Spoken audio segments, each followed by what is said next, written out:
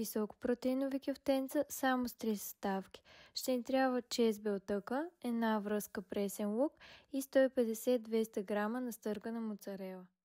В куба разделяме белтъците от жълтъците прецизно, след което с помощта на миксер разбиваме белтъците до хомогенна смес, трябва да станат на сняг. Нарязваме наситно пресния лук и го прибавяме към сместа, заедно с настърганата моцарела, сол, черен пипер, чесън или други подправки по вкус. Разбъркваме всички съставки внимателно, тук аз сложих по-малко моцарела. В тава слагаме хартия за печене и нареждаме сместа с помощта на лъжица.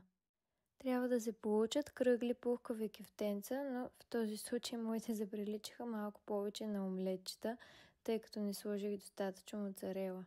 Печем ги на 180 градуса за 15 минути. Въпреки плоската си форма, станаха изключително бързо и лесно и невероятно вкусни.